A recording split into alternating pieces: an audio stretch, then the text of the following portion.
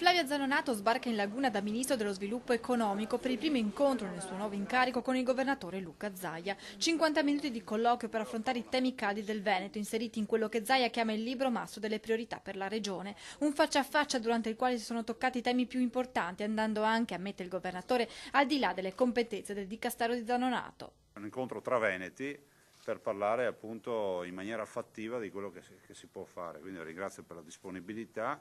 Messe da parte le divergenze politiche, il presidente Zaia e il ministro Zanonato hanno ribadito più volte quello che è il loro interesse comune, il futuro del Veneto. Il mio interesse è essere per il Veneto, la regione, l'istituzione regione, il presidente Luca Zaia, un punto di riferimento all'interno del governo e lo farò con enorme piacere.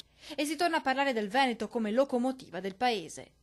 È una locomotiva la nostra che è già in movimento con risultati importanti e che se accelera traina la ripresa nazionale. Quindi fare gli interessi dei veneti non è fare gli interessi di una parte del paese, è fare gli interessi di tutto il paese. Noi siamo la locomotiva d'Italia e come tale deve avere carbone, gas, carburante, definitelo come volete, per poter produrre. Ricordo che il Veneto è una delle 4 regioni in Italia con un reddito fiscale attivo, che significa che siamo solo in 4 a pagare tasse a Roma. Molti punti presi in considerazione, ma uno su tutti che riguarda i 5 milioni di veneti. Pensate solo a quella dell'occupazione, che significa cercare tutte le soluzioni possibili e immaginabili per fare promozione dell'economia.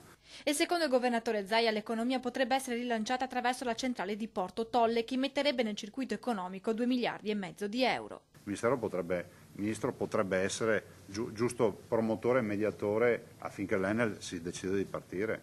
Immediato l'impegno del ministro Zanonato a prendere in mano la pratica. Mi vedo nei prossimi giorni con il presidente dell'Enel e gli parlerò di questo. Devo dire che nella telefonata che ci siamo fatti un cenno venuto da lui c'è già stato e questo è una piccola testimonianza positiva. Nei prossimi giorni il governatore del Veneto farà avere al ministro l'agenda delle priorità. Sarò rapidissimo nel rispondergli, aprire i tavoli quando serve.